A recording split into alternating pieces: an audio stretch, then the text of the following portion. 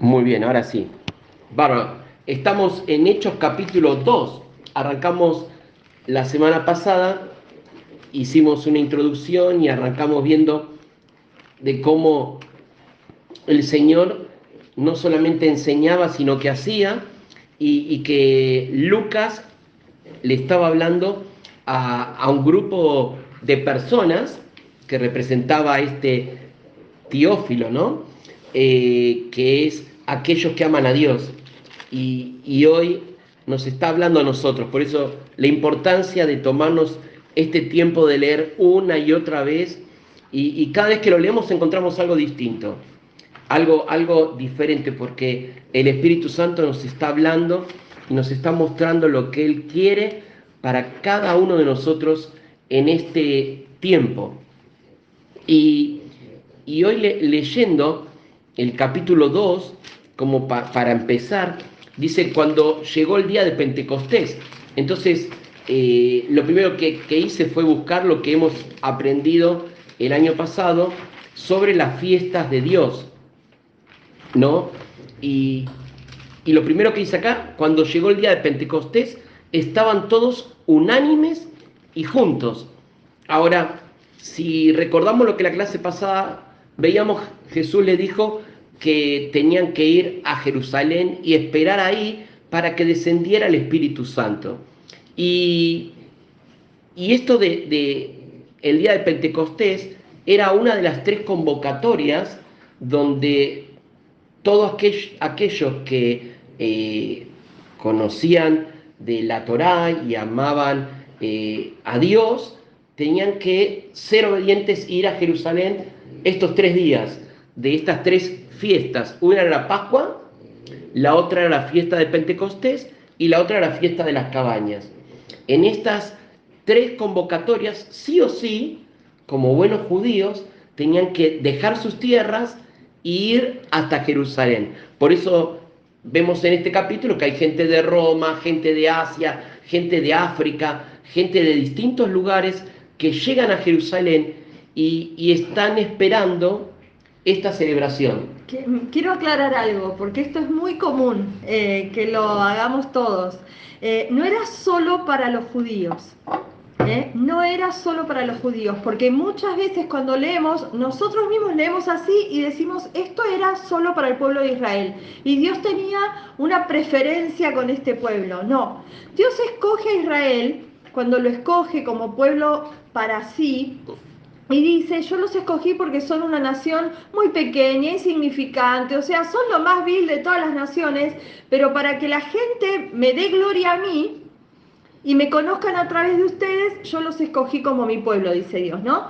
Y entonces cuando le da estas instrucciones de cómo andar en libertad, Dios le dice, esto es para ustedes y para todo extranjero que quiera ponerse también bajo el mismo pacto.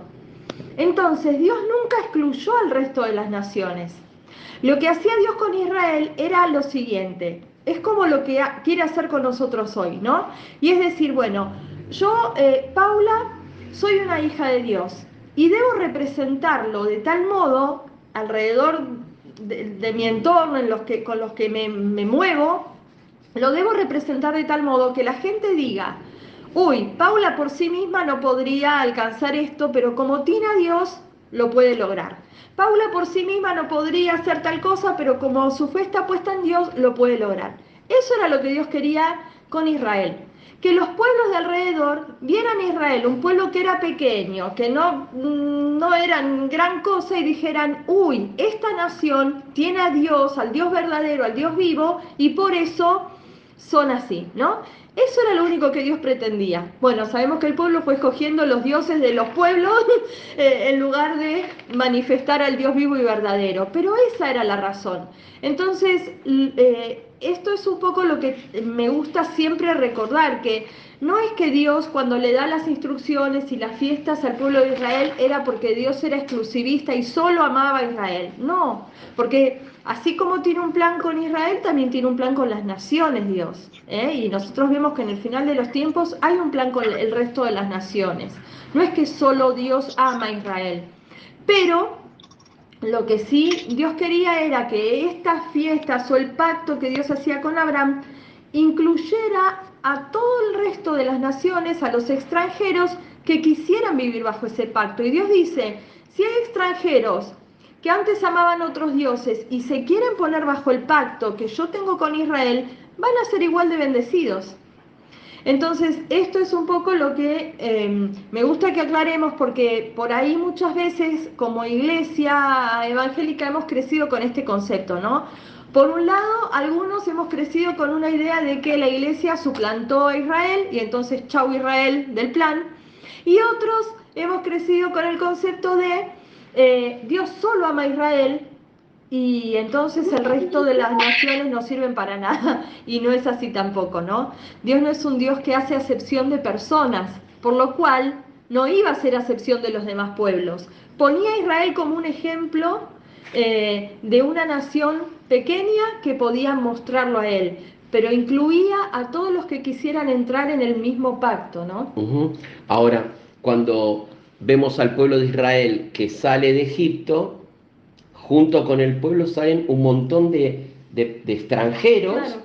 que creyeron en la fe que ellos tenían en un Dios verdadero, y cuando vieron que los primogénitos se salvaron, dijeron, nos vamos con el Dios de Israel, dejando todas las costumbres y todos los paganismos de Egipto, ¿no? Y a ellos también se le hizo parte de la bendición de Dios que tenía para el pueblo de Israel, también para ellos. Claro. Y hoy somos así nosotros, ¿no? También recibimos esta bendición que en su momento el pueblo de Israel rechazó, y Dios nos lo vino a compartir a todos nosotros a través de Jesús. Ahora, no es que algunos creen que este es el día que bajó el Espíritu Santo y descendió en la tierra. No, el Espíritu Santo dice en Génesis 1:2 que ya se movía sobre la faz de la tierra. Entonces, a veces hay algunas cosas y algunos pensamientos que algunas doctrinas de distintas denominaciones generan y terminan confundiendo a las personas, Y ¿no? también sucede porque, como decimos siempre, no nos hacemos preguntas, ¿no? Porque si no nos preguntamos y leemos todo literal o todo lo que escuchamos lo asimilamos así como viene, y no vamos a la escritura y decimos, pero ¿cómo? No es que tal cosa y no es que tal otra. Entonces así vamos llegando, ¿no? A completar ese rompecabezas.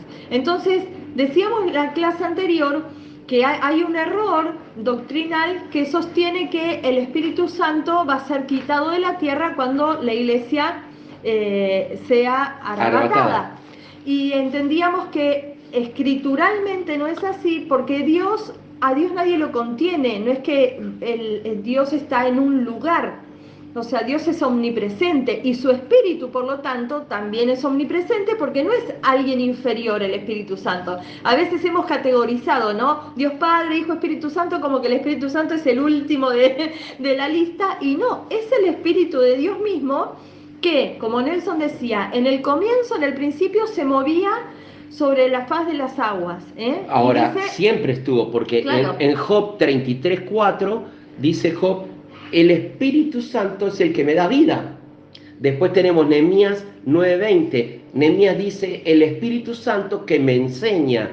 Después tenemos en Génesis 31:8, José es lleno del Espíritu y tiene revelación de lo que el faraón había tenido como sueño, ¿no? Después tenemos en Números 11:17, cuando Moisés está cansado y su suegro le dice, habla con Dios, porque es mucha la tarea para vos solo. Dice que Dios le dijo, junta 70, y el espíritu que estaba en Moisés, Dios lo saca y lo reparte en los 70. Y esto habla de que en el Antiguo Testamento, o sea, antes de que el Señor muriera y resucitara y enviara al Espíritu Santo a morar en cada uno de nosotros, el Espíritu Santo se manifestaba en las personas por un tiempo. Y estaba en la persona hasta que la persona realizara la tarea, el trabajo, y estaba con ella el Espíritu Santo. Pero si la persona empezaba a caminar lejos de la nube de Dios, el Espíritu Santo se retiraba. Por eso vemos a David en 1 Crónicas 28:12, que el Espíritu Santo estaba en él, pero cuando David comete el error de pecar, se aleja de Dios, Dios se corre de él. Después vemos a Gedeón, cuando Dios está con él, Gedeón tiene la victoria. Cuando él se aleja de Dios, el Espíritu se va. Vemos a Sansón, ahí en Jueces 14:6, dice que el Espíritu Santo vino sobre Sansón. ¿Por qué? Porque Sansón tenía el Espíritu Santo, pero cuando Sansón peca, el Espíritu Santo se va. Y ahora Sansón, ciego, está dando vueltas alrededor del molino como un asno, como un burro, y ahí él clama a Dios y el Espíritu Santo vuelve en Sansón, y él tiene esa revelación. Tal cual, Berta, en Génesis 1:26, Dios habla y le dice al Espíritu, hagamos al hombre. Y a Jesús, estaban todos ahí juntos, ¿no? Después tenemos ahí en Isaías 42, porque muchos profetas como Isaías revelan la llegada del Espíritu Santo, revelan al Mesías y revelan esta llegada del Espíritu Santo aquí en cada uno de nosotros. Y cuando Jesús es bautizado por Juan el Bautista, el Espíritu Santo se pone sobre Jesús como una paloma, pero también ahí algunos confunden y dicen que es ahí cuando vino el Espíritu Santo y llenó a Jesús. No, el Espíritu Santo ya estaba moviéndose en la tierra. La paloma fue un ejemplo para que vieran que el Espíritu Santo estaba entrando en Jesús, pero no vino como una paloma. Hay algunas religiones que tienen una paloma y la sueltan en medio del culto ahí en Corea, y la gente se muere por querer tocar la paloma, y cuando la tocan caen y dicen, fui tocado por el Espíritu Santo. No, tampoco el manto, ni el pañuelo, ni cosas que muchas religiones han hecho esto por confusión. Ahora, esto es Lucas 3:22, pero en Juan 14:16 vemos que Juan, que él quiere aclarar todas las cosas para que haya claridad sobre el Espíritu, dice 14:16, y yo rogaré al Padre y os dará otro consolador. Yo igual arrancaría del 15, porque no hay 16 sin 15, me parece, ¿no? Sí, dice, si me amáis, guardad mis mandamientos. Bueno, si no guardo los mandamientos no voy a recibir. No, porque ahí hay un conector, ¿no? Dice, y yo rogaré. O sea, si yo amo al Señor, guardo sus mandamientos, entonces, como consecuencia, ¿no? Primero, yo rogaré al Padre. Claro. Entonces, si vos guardás mis mandamientos, yo rogaré al Padre. Y, otra vez, si ustedes guardan mi mandamiento, el Padre dará otro consolador. O sea, hasta ahora Jesús estaba con ellos. Y ellos sentían esa presencia fuerte del Espíritu Santo cuando Jesús hablaba y ministraba, ¿no? Ahora Jesús le está hablando que se va y le dice, pero tranquilos, yo me voy, pero el Padre le va a mandar al Consolador y Él estará con vosotros para siempre. Remarquemos esto, para que esté con vosotros para siempre. ¿Quién? El versículo 17, el Espíritu de verdad, al cual el mundo no puede recibir porque no le ve. Entonces hay una condición para recibir el Espíritu Santo, es ver en Jesús ese perdón y ese arrepentimiento, ese perdón de pecados, para poder ver lo que Dios tiene para nuestra vida. Si no tenemos los ojos vendados por el pecado... Por eso digo que no hay todo lo demás sin el verso 15, ¿no? Si uno no ama al Señor guardando sus mandamientos, no va a haber Espíritu Santo que venga a uno. Amén. Y dice, porque el Espíritu de verdad, al cual el mundo no puede recibir porque no le ve ni le conoce. Pero vosotros le conocéis. ¿Por qué le conocemos? Porque mora con vosotros, y otra vez lo recalca, y estará con vosotros. ¿Cómo? En vosotros. Y estará En vosotros. Claro. Sí, porque mora con vosotros y estará en vosotros. Ahí Es la diferencia. Claro. Y me gusta el 18, porque a veces nos sentimos solos, a veces sentimos que no podemos con el problema, que no sabemos cómo enfrentar situaciones que nos superan, y dice el 18, no os dejaré huérfanos. ¿Sí? O sea, no somos huérfanos. Y como le dijo una vez en una cueva a David, le dijo, tu padre y tu madre te abandonaron, el rey Saúl, a quien habías adoptado como un papá adoptivo, todos te dejaron, todos te abandonaron, pero yo te abrazo y no te soltaré. Te hago mi hijo, vendré a vosotros, vendré a vosotros. Todavía un poco y el mundo no me verá más, pero vosotros me veréis. El mundo no puede ver al Señor, pero nosotros sí. Lo tenemos que ver desde que nos levantamos hasta que nos acostamos, todo el día. Dice, pero vosotros me veréis, porque yo vivo. ¿Y dónde vive? Vive en nosotros. Dice, y vosotros también viviréis. Y esto habla de que no estamos solos, no somos huérfanos, somos hijos de Dios, y aunque nos hayan defraudado toda la tierra, Él nos ama y Él quiere lo mejor para nosotros. Y algo que anoté hace un ratito, tener una victoria implica que tuvimos que pasar por una batalla. Entonces, todos los días atravesamos distintos tipos de batallas. Y la recompensa está cuando nos acostamos. El saber que Dios está con nosotros. Es saber que estamos, como dice ahí Arturo, estamos con Dios a través de Jesús. Es Jesús el que nos lleva a Dios a través de su Espíritu. Ahora, es muy, a veces cuando lo pensamos en frío, digamos, por decirlo de alguna manera, ¿no? Es muy difícil dimensionar esto de que los discípulos tuvieron al Señor así. Y Él les dice, yo me tengo que ir, ¿no? Y uno dice, ¿y ahora qué? Y entonces nosotros hoy, porque ya aprendimos a creer en aquel que no hemos visto, como dice la Escritura, pero ellos lo habían visto y habían estado con Él. Es más, habían tenido la tristeza de que hubiera muerto su amigo, su maestro, pero esperaron sabiendo que Él les había dado una promesa de resucitar y lo vieron resucitado y ahora les dice, me voy, ¿no?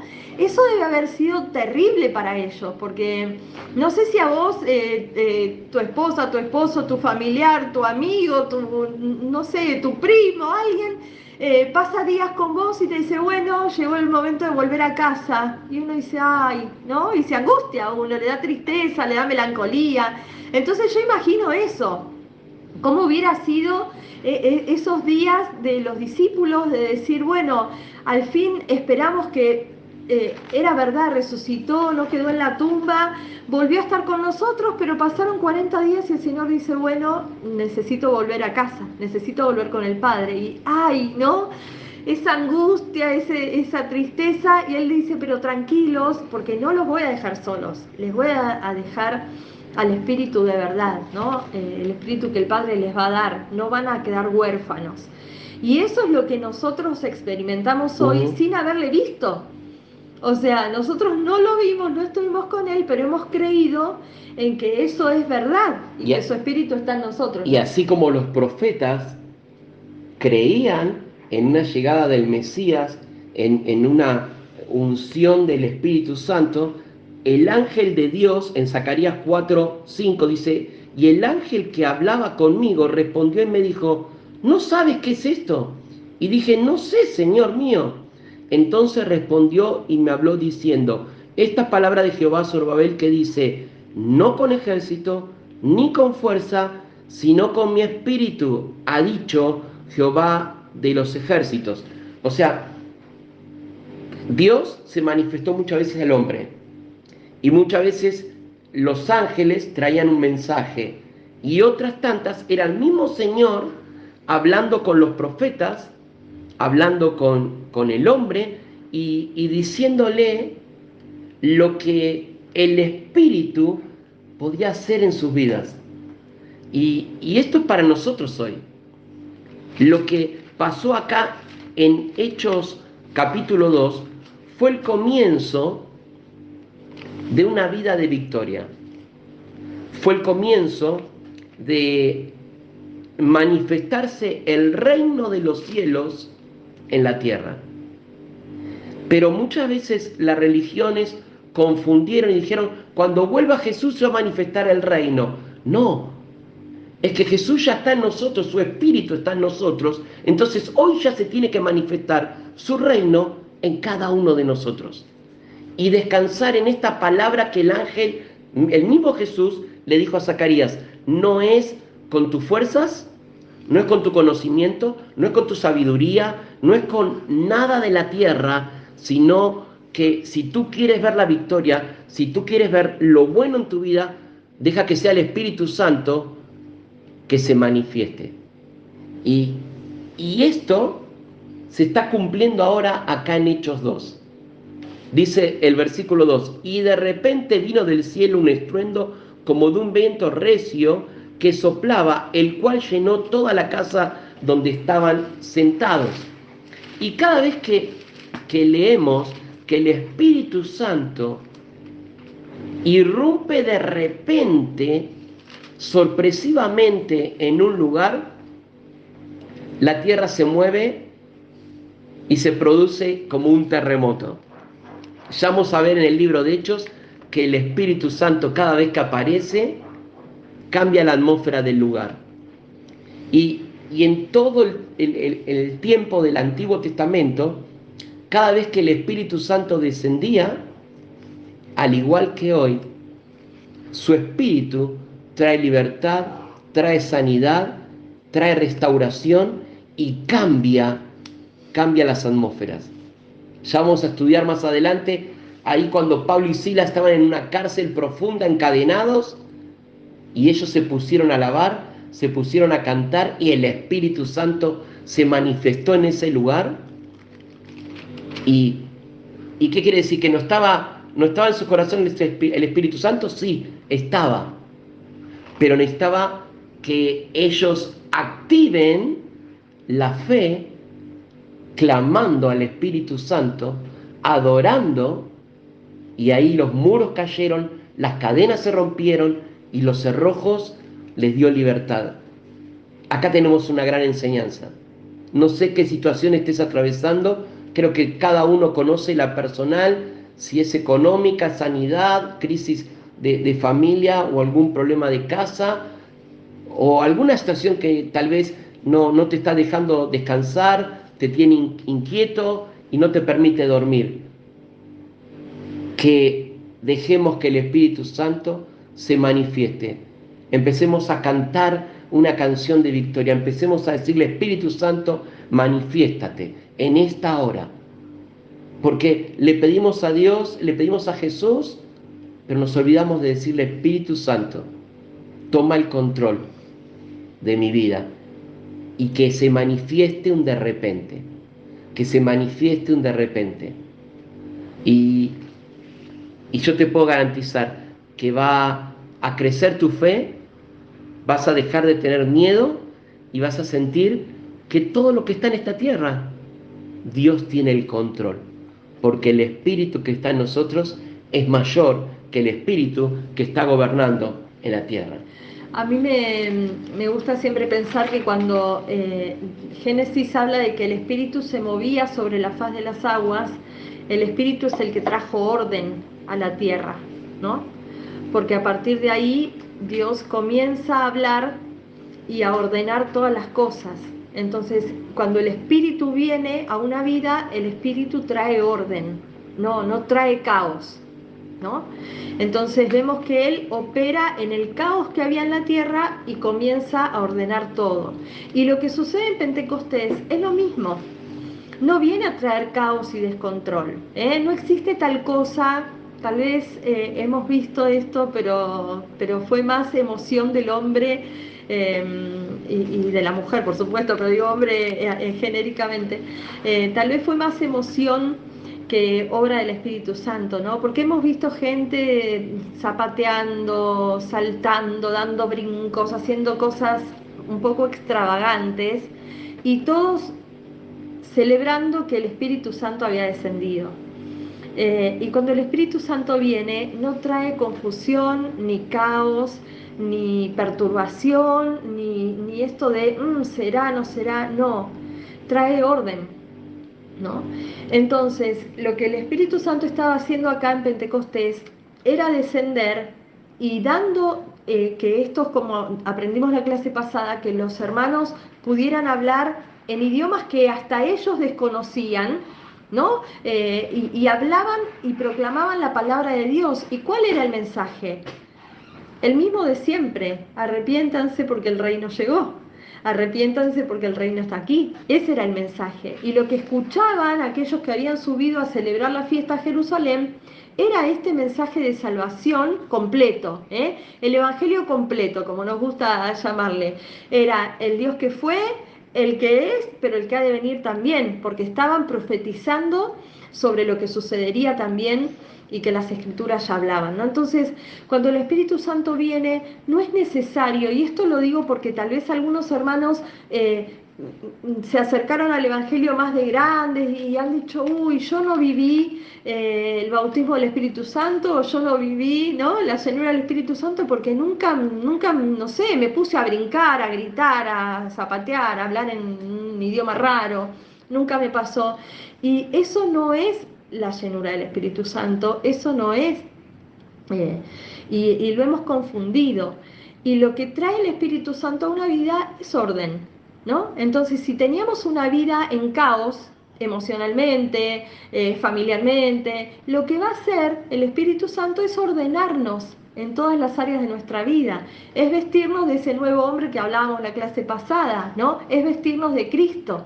Y es empezar a que dejemos atrás el viejo hombre y, como siempre nos enseña Hugo, es caminar en un proceso de transformación. No es magia. No es que yo hoy decido seguir al Señor y entonces hoy recibo el Espíritu Santo y hoy fui transformado y ya está, listo, mágicamente.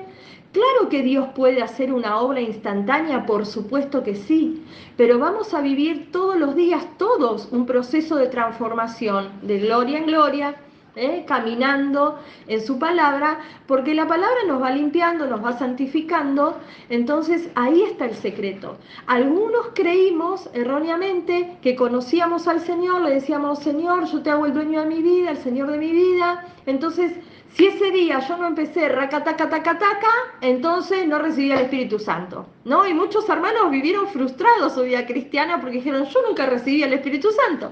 No, el Espíritu Santo es un sello. El día que nosotros le decimos al Señor que decidimos hacerlo el dueño de nuestra vida, Él nos sella con su Espíritu, pone una marca sobre nosotros, Entonces, esa marca determina que somos propiedad suya, que fuimos comprados por la sangre del Cordero que pagó el precio, pero ahí comienza un proceso de nuestra vida cristiana, nuestro caminar con Dios. Es un proceso constante, no es que ya está todo resuelto, no.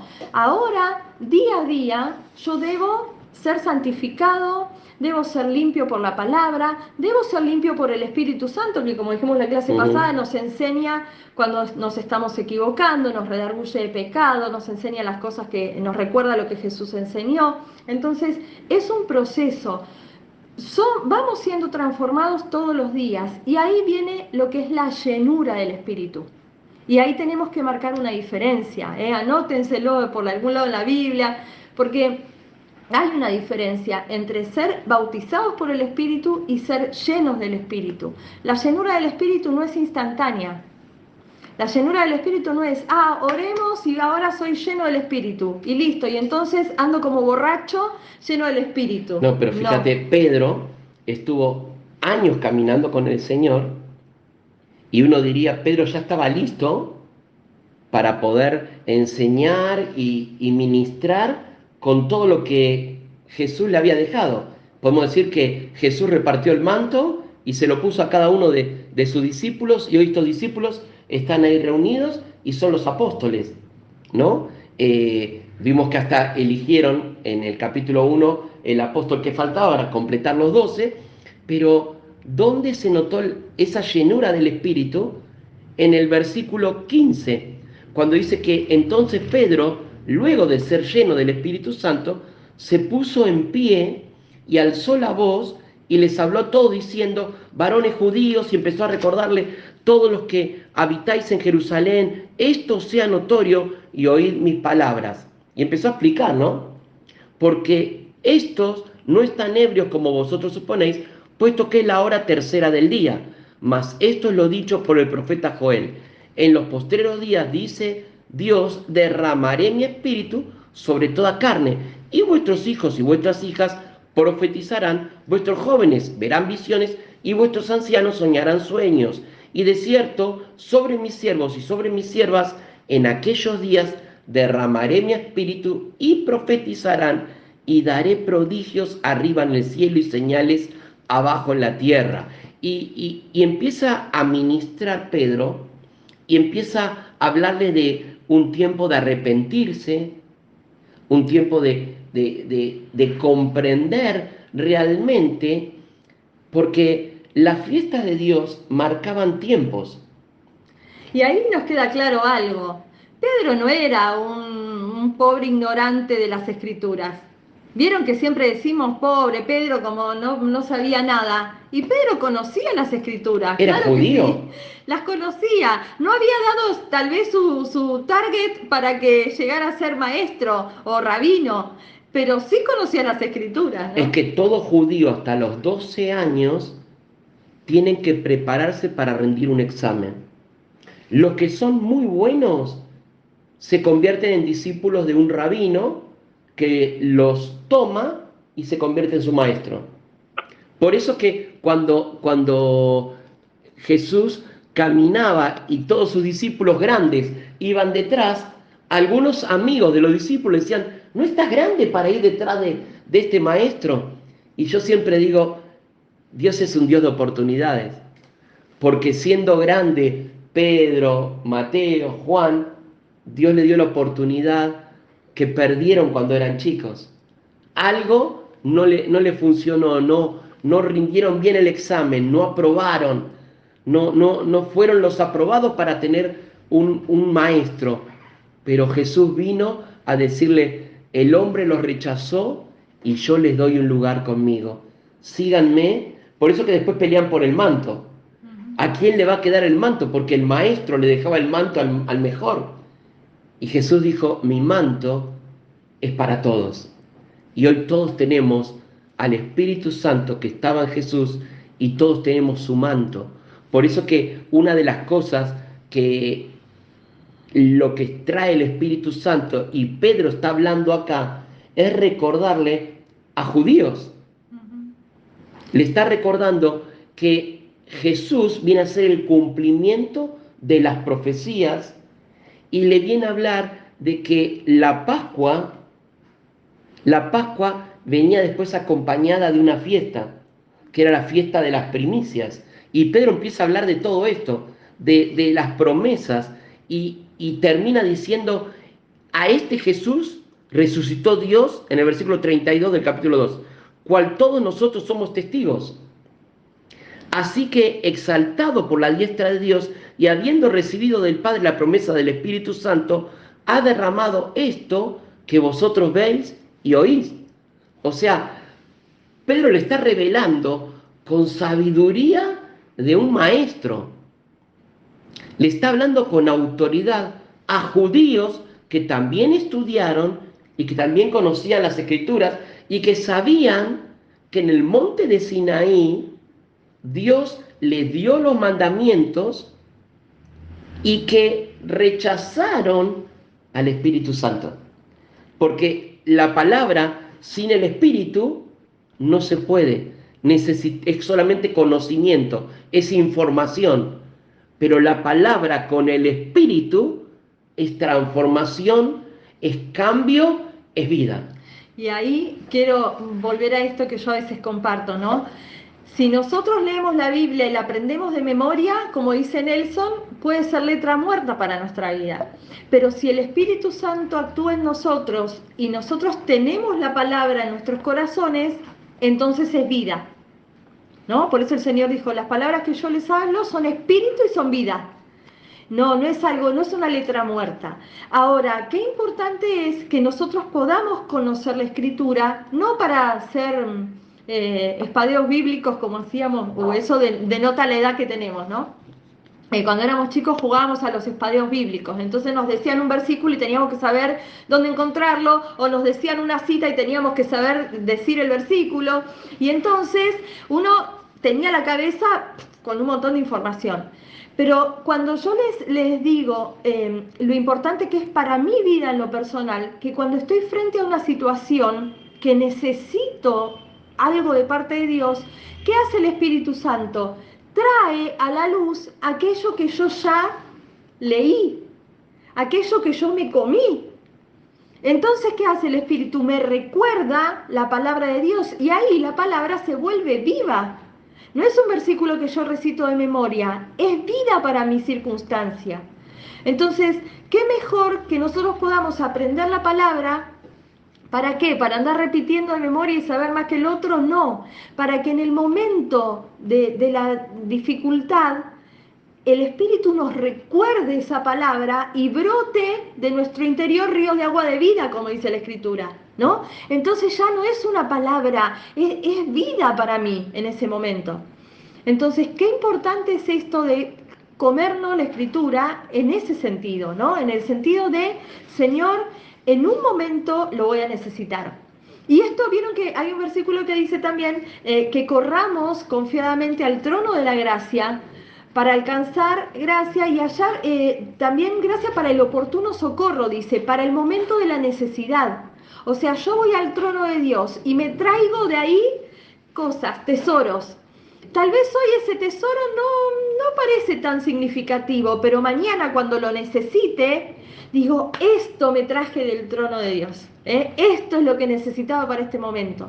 Entonces, eso es hallar gracia para el oportuno socorro, ¿no? Es encontrar ese recurso espiritual que yo voy a necesitar para el momento justo y necesario. Y Dios puede proveernos de eso, pero para eso nosotros tenemos que conocer su palabra, porque es donde nos dejó escritos sus pensamientos, por eso decimos que es la mente de Cristo, es la mente de Dios esta. Él nos dejó escrito lo que piensa, lo que le parece, lo que... ¿no? Y entonces si nosotros comemos esto, en el momento necesario el Espíritu nos va a traer eso a nuestro espíritu, nos lo va a recordar y esas palabras van a ser vida para nosotros, ¿no? Van a ser como esa espada de dos filos. Por eso que en el versículo 38 dice, Pedro le dijo, arrepentíos y bautícese cada uno de vosotros en el nombre de Jesucristo, primero para perdón de pecados. Y después dice, recibiréis el don del Espíritu Santo. Porque para vosotros es la promesa y para vuestros hijos y para todos los que están lejos, para cuando el Señor nuestro Dios llamara. Y esta palabra llamar, ¿no? Trata de lo que estaban haciendo ahí los discípulos y apóstoles. Estaban esperando que el Espíritu Santo se manifestara. ¿Para qué? Para complementar el llamado de Mateo capítulo 28. ¿No? Era un poco lo que estábamos hablando hoy con Paula. Los discípulos tuvieron un llamado: ir a ser discípulos, bautizarlos y enviarlos. Pero ¿cómo lo iban a hacer? ¿Como hombres con la palabra solamente? No, necesitaban la unción y el poder del Espíritu Santo. Sí, no es algo opcional, no es una sugerencia que se nos da, es un mandamiento, ¿no? Porque a veces lo tomamos como sugerencia, decimos, bueno, yo no tengo el llamado para ir a las naciones. No es sugerencia, es mandamiento. Dice, por tanto, id. Y lo está diciendo Jesús. Acá no podemos decir, ay, pero Pablo lo habrá interpretado y así, no, o tal vez, no. Id y hacer discípulos a todas las naciones. ¿Y qué dice? Bautizándolos en el nombre del Padre, del Hijo y del Espíritu Santo, que ahí es es a chequear esa traducción, ¿no? Porque en realidad vemos después que Pedro dice bautizándose en el nombre de Jesús, porque no se bautizaban en el nombre del maestro, los judíos de la época. Entonces dice, enseñándoles que guarden todas las cosas que os he mandado. Eso es nuestra tarea, ir, o sea, hay que salir de nosotros. Y hermanos, a veces ponemos la excusa de, bueno, no tengo llamado a las naciones. Cuando ahí habla, no habla de naciones como países, como nosotros conocemos, habla de etnias, de cultura. Entonces, tal vez nosotros tengamos que ir a la vecina de al lado que tiene otra cultura, otra forma de vida, ¿no? Vemos que hay muchas tribus urbanas en nuestras ciudades y unos son de una manera y unos se visten de otra y unos creen en tal cosa y otros creen en otra. Bueno, arranquemos por ahí. Arranquemos en esas naciones, pero salgamos de nosotros porque el llamado es ir, es salir. Salir de tu rinconcito y salir de ahí para darte a otro. Ese es el llamado, ir. Entonces, primero, la segunda consigna es hacer discípulos. No dice armar una iglesia. No dice armate un ministerio grande. No dice, dice hagan discípulos. Salgan de ustedes y hagan discípulos de Cristo, no nuestros, ¿no? Y dice, bautizándolos, ¿sí? Y enseñándoles que guarden todo lo que yo les he mandado. O sea, no les enseñen lo que a ustedes les parece, no les enseñen lo que a ustedes les conviene, enseñen lo que yo mandé, les dice Jesús, ¿no? Entonces, esa es toda la tarea que nosotros tenemos, que se llama muchas veces la Gran Comisión. Ese es el llamado. Ahora, ¿con qué recursos lo vamos a llevar a cabo? Bueno, cada uno tiene dones diferentes para eso. Pero el llamado no es llamado a ser pastor, llamado a ser evangelista, llamado a ser... No, el llamado es a ser discípulos. Ese es el llamado, y eso no excluye a nadie, es para todos. Es para todos, es para Alicia, que a veces se siente la más pequeña entre todos los hermanos, es para ella igual que para mí. El llamado es igual para todos, es igual para todos. ¿Y esto por qué hago tanto hincapié? Porque hemos sido muy manipulados con esto, hemos sido muy manipulados como iglesia, creyendo que algunos son superiores, que algunos pueden hacer más discípulos, menos discípulos. No. El Señor nos dejó una tarea que nos la encomendó a todos. No hay lugares de privilegio. No hay lugar de privilegio.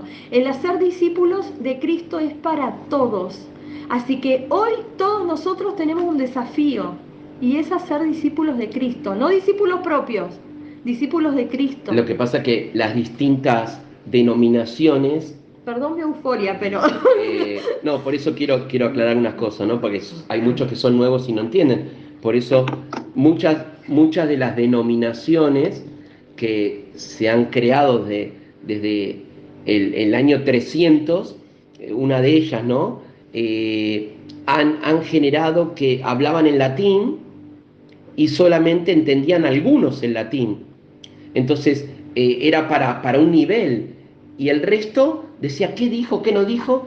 Entonces necesitaban de un mediador entre Jesús y el hombre, ¿no? Entonces, de ahí después sabemos que nace la iglesia protestante, y la iglesia protestante imita y arrastra un montón de costumbres y culturas que también tenía la iglesia católica. ¿Y qué hacen? Generan ahora que nosotros estudiamos, nos preparamos y sabemos hablar de una forma, y tenemos que explicarte lo que dice la Biblia. Y hoy entendemos que el que busca, el que profundiza, el Espíritu Santo le va a revelar. Amén. Le va a revelar lo que está guardado. Y por eso que yo no entiendo estos líderes que se han olvidado 1 Corintios capítulo 11, donde dice que el Espíritu Santo trae humildad y arrepentimiento. Y lo que Pablo hablaba era de hombres que por un título, por un rótulo, por un cargo, han perdido la humildad. Porque dejaron de llamarlo hermano y lo empezaron a llamar con un nombre que no todos tienen y solo él, ¿no? Y se le ha hecho reverencia y hasta premios le han dado y honores, cuando al único que tenemos que exaltar es a Jesucristo. Por eso que Pedro se para acá y le empieza a recordar y le dice en el versículo 42, y perseveraban en la doctrina de los apóstoles, en la comunión los unos con los otros, en el partimiento del pan y en las oraciones.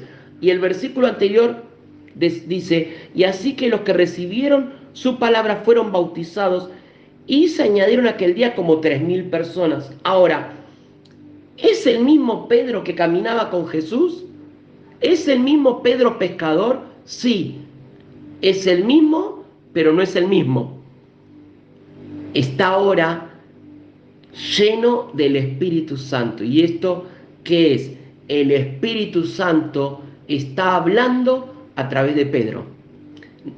No es Pedro el que habla, es el Espíritu Santo que habla y convence de pecado a las personas.